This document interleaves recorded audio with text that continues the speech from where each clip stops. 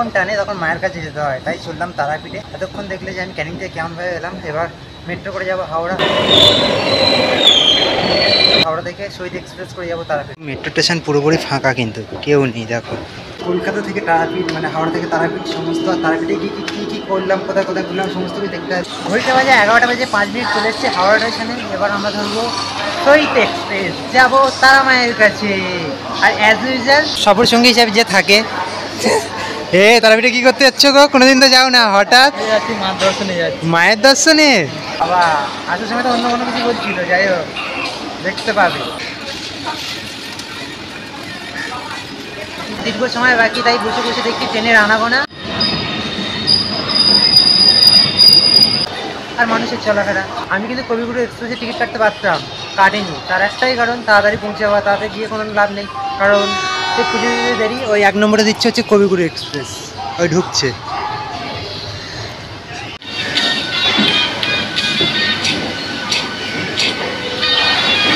আমার সঙ্গে সঙ্গী হয়েছে বিনোদা। আচ্ছা, আমাদের সিট নাম্বার কত? সর্বনাশ। ট্রেনটি চলার পথে আমি কয়েকটি স্টেশন থামে, সেগুলো তোমাদেরকে বলে দিই। কামারকুণ্ডু, দ্বিতীয় হচ্ছে বর্ধমান, ঘুষকরা, বোলপুর, শান্তিনিকেতন, প্রান্তিক, আহমদপুর, তারপরে ডেস্টিনেশন রামপুরহাট। আমাদের সিট নাম্বার হচ্ছে রিজার্ভেশন কাটা D1-এর 42, 43। ভালো সিট পড়েছে কিন্তু, আমি দেখেছিলাম অ্যাপসে।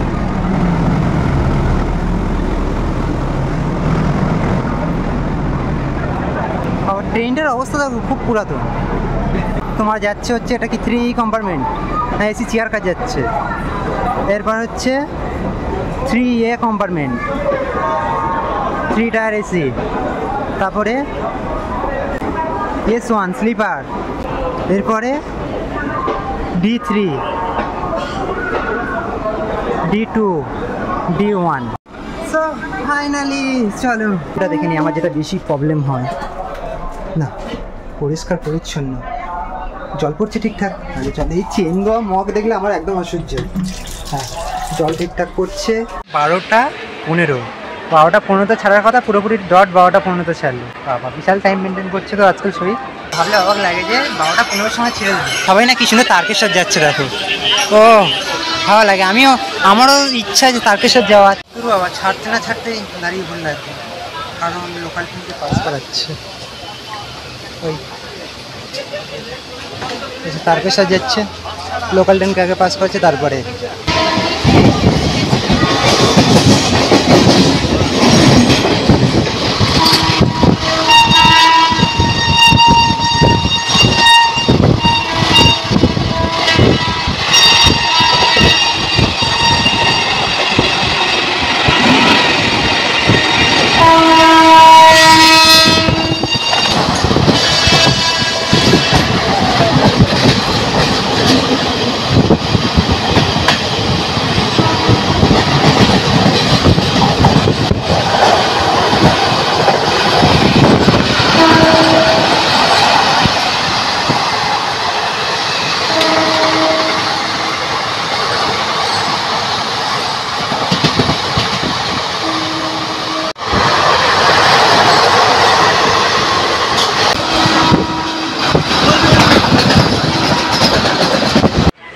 লোকটা দেখো কি রিস্ক নিয়ে দাঁড়িয়ে আছে। দেখো বাচ্চাটা নিয়ে ট্রেনটা ছেড়ে দিলে কিন্তু পড়ে যাবে, পড়বে না?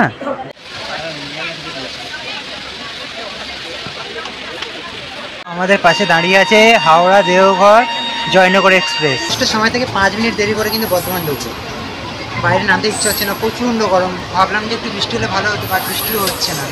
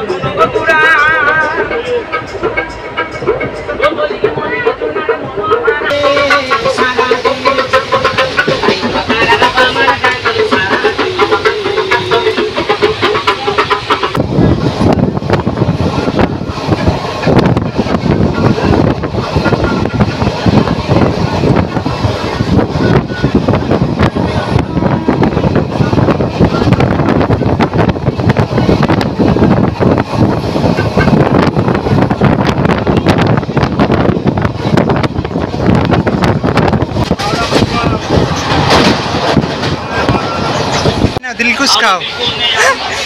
ডায়েট মিষ্টি আমার ভালো লাগে না। খেতে হবে।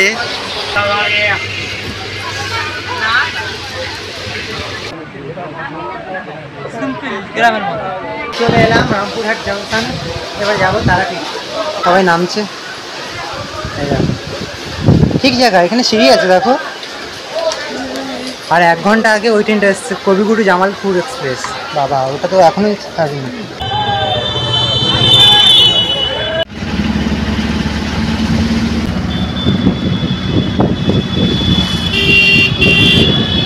ফাইনালি এলাম হোটেলে, কিছুক্ষণের জন্য 600 টাকা দিয়ে রুম বুক করতে হবে। এই এসি নিয়ে বলে খারাপ দেবো না কিন্তু। হোটেলের মধ্যে কিন্তু লিফট ফেসিলিটি ঢুকেই বাঁধে গেছে। হোটেলের রুম নাম্বার হচ্ছে 406। চলে এসেছি হচ্ছে হোটেলে, রুম নাম্বার হচ্ছে 406। এসে রুমটা দেখা, 406 600 টাকা নিয়েছে, কিছুক্ষণের বিষয়। এই জন্য এখানে আছে বাথরুমটা দেখো, এই দেখো বাথরুম, মানে না আমার অতটা পছন্দ নয়। আরে আমি যখনই আছি বলা কলেজে থাকি, কিন্তু আমি বেশিক্ষণের জন্য থাকবো না এই জন্য। আর এই হচ্ছে বিছানা, আর কি এসি। এই রুমটা অলরেডি এসিই নয় তো, এসি বলছি কিছু না, ফ্যান লাগানো আছে, সুইচ আছে। এই সেন্টটা মেরে একদম বন্ধ করছে। হোটেলটা আছে, সেই হোটেলটা তোমাদেরকে একবার দেখাই।